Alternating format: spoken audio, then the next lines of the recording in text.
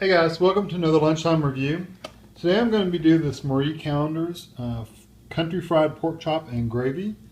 So it has a breaded pork chop with cheddar topped mashed potatoes, homestyle gravy, and cinnamon glazed apples, which always sounds good. I want to thank Sean Hayes for recommending this meal. They said it was really good, so I thought I'd give it a try. 460 calories. There's the other information if you want to know. Wow, sodium's over 1,000 milligrams, so you're getting your daily content of salt, that's for sure. Let me take it out of the box and I'll read the directions real quick.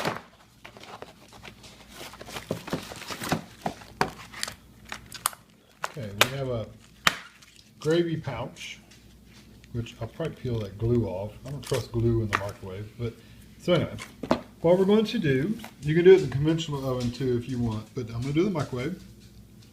So you cut and remove the film cover from the apples. Cut a slit in the center of the gravy pouch. Place pouch on meal over pork. Microwave on high for 4 minutes. Stir potatoes and rotate pork. 1/2 turn, replace film cover and gravy pouch over pork. Microwave an additional 3 to 4 minutes. Let stand 2 minutes. Then pour the gravy over the sauce.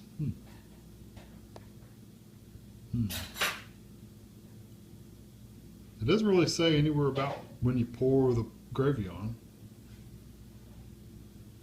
Stir potatoes and apples. Well, I don't know. But anyway, we'll figure this out. I don't know if do you leave it on top of the plastic? Do you put it under the plastic, the gravy pouch? I'm not sure. So if you cut a slit in it, though, it seemed like it would leak everywhere. So, but anyway, we'll figure it out. Maybe I'll show you before I put it in there what I'm doing with it. Okay, here's how I did it. I cut the film cover off the apples.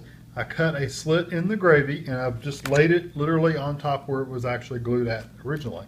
I'm going to take these paper towels and put it in the top of the microwave because it seems like as this melts, it's going to leak all over the place. But I don't know. We'll see. Okay, here's the meal straight out of the microwave. I have not touched it. The only thing I've done is put the gravy over here just to let it sit and took the plastic wrap off of the pork chop and the potatoes. The gravy did not leak everywhere. I'm quite surprised. It kind of shocked me. The apples look really good. It smells really good. It has been sitting. I let it sit for 2 minutes as it says to.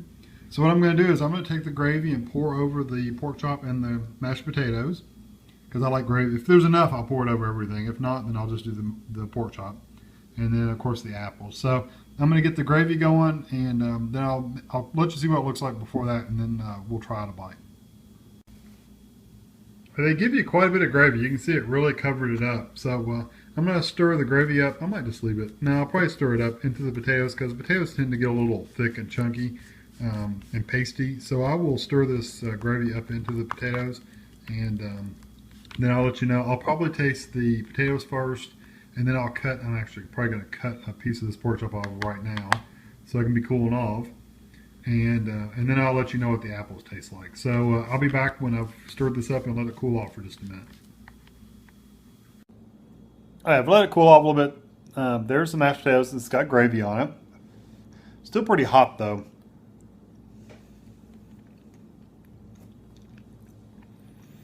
It's pretty good. It tastes like instant potatoes with gravy on them.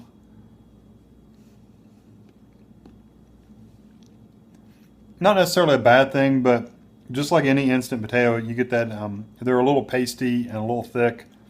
You know, that's what I expect from a frozen meal, so I wouldn't expect anything different than that. So that doesn't surprise me. Here's the pork chop, and they're pretty thick piece of meat in there. You can tell it's a patty though, and not a solid pork chop because I can cut it with a fork. Most pork chops you wouldn't be able to do that. So let me try this, and I'll tell you what I think about the time on the meal before I eat the apples. So there's a bite.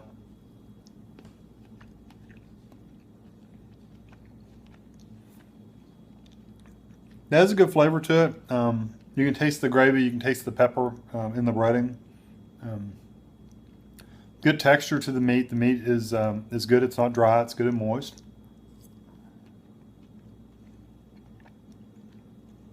Yeah, that's really good. One of the things that would keep me from doing this at work, I'm at home eating lunch right now, so it's not that big a deal. But if I were at work doing this, This takes, let's see, you put it in for 4 minutes, and then you have to do some stuff, and then you have to do it another 3 to 4 minutes. So you're almost talking 7 or 8 minutes to cook. There are some things that are longer than that, like some meatloafs and things like that take longer, but this is one of the longer meals. So if you're in a hurry, you only get half an hour, and you spend 10 of it cooking it, it might be an issue. You may not be able to eat this one. Really good for eating at dinner or lunch at home. I think it'd be fine.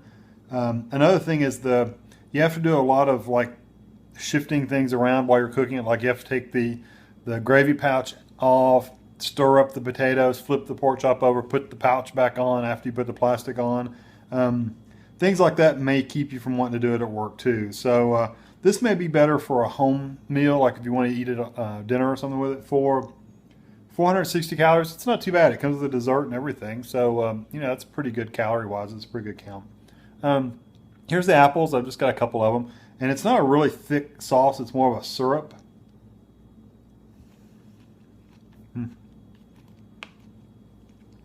Really good flavor. It tastes like, like a cinnamon apple, almost like a pie filling.